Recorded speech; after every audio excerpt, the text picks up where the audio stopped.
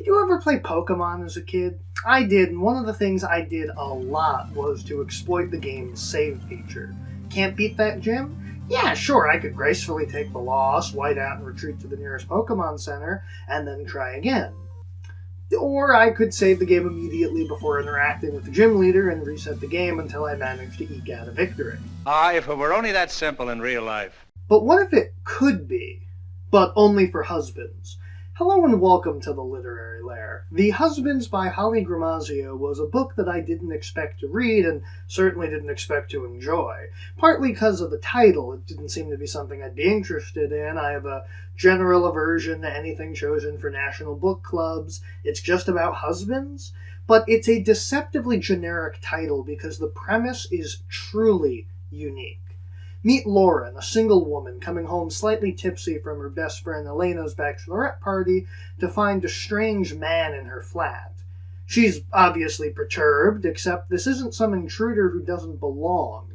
There's evidence of his existence in the flat, the most damning of which is his presence on her lock screen wallpaper. There's also a rug, where a rug doesn't belong. A clock with Roman numerals instead of standard digits, and a wedding photo. The man isn't just a man. He's a husband. Lauren's husband. Except Lauren isn't married and has no idea what the hell is going on. Lauren attempts to rationalize what's going on and starts to try to get information out of Michael. That's the husband's name. I'm not talking about myself in the third person. And then asks her downstairs neighbor Toby about Michael as well, reasoning that if her friends and neighbors know him, well, he must exist. Before she can really wrap her head around what's going on, Michael heads into the attic to change a light bulb.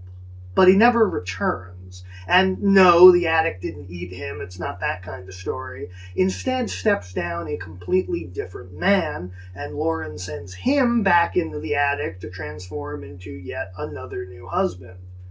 And then another one who decides to come out of the attic completely naked. Thankfully, he goes up there to set up a joke and never returns.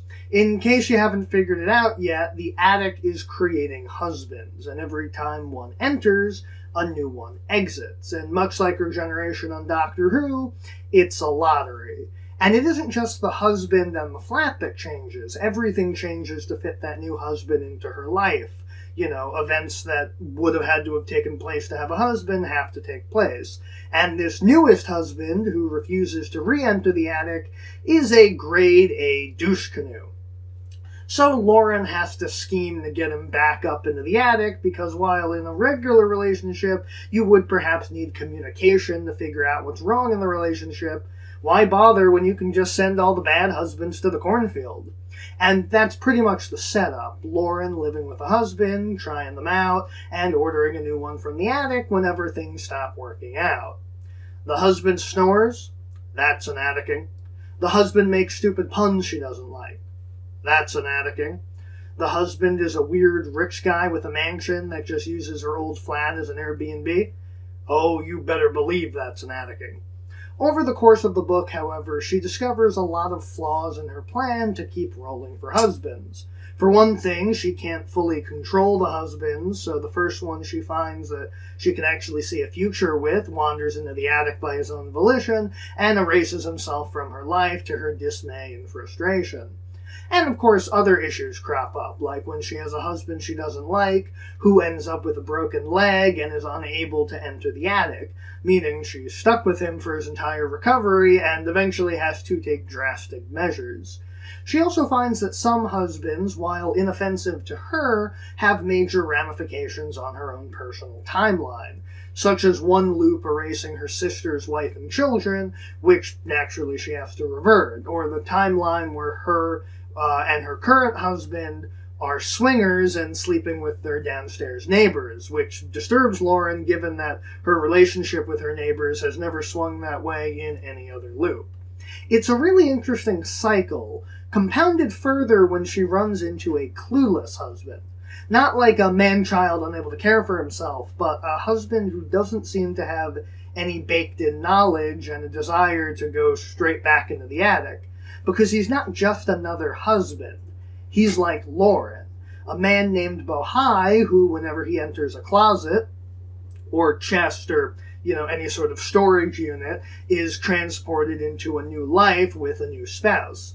Yeah, Bohai isn't heterosexual, so he gets husbands and wives. Gee, Bohai, how come your mom lets you have 2 types of partners? He's also been doing it for 4 years and change, as opposed to Lauren's few months. They don't stay together forever, they're just not really compatible, but it's nice to be able to compare notes and commiserate together about the strangeness of their lives. Plus, if things work out, they can communicate in successive loops and trade notes.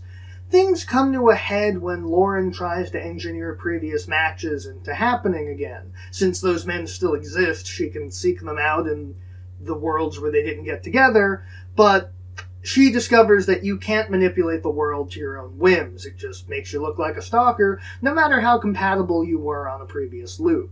She also notices, given that this isn't traditional time manipulation, that everyone around her keeps growing, but she resets every time a husband arrives.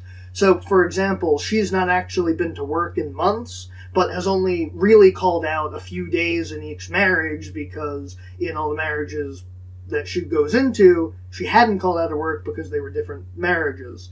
But when her downstairs neighbors plan to move away, who Lauren never expected to be without, them being a near constant in all her myriad lives, she realizes that she has to make a choice so she can start her life properly. Will the relationship with the final husband, Sam, work out? Maybe, maybe not. But that's life. So she climbs into the attic, and whatever mystical effect created the husbands instead burns the house down. But Lauren had enough time to grab all of their important documents and trinkets before it did. And so the story ends with Lauren ready to embark on her new life with Sam the long way around. So clearly this is a very interesting and complicated premise. I got an arc from one of my coworkers who liked it, but being a bit older than I am and not a gaming person, found it a little tricky to follow at points.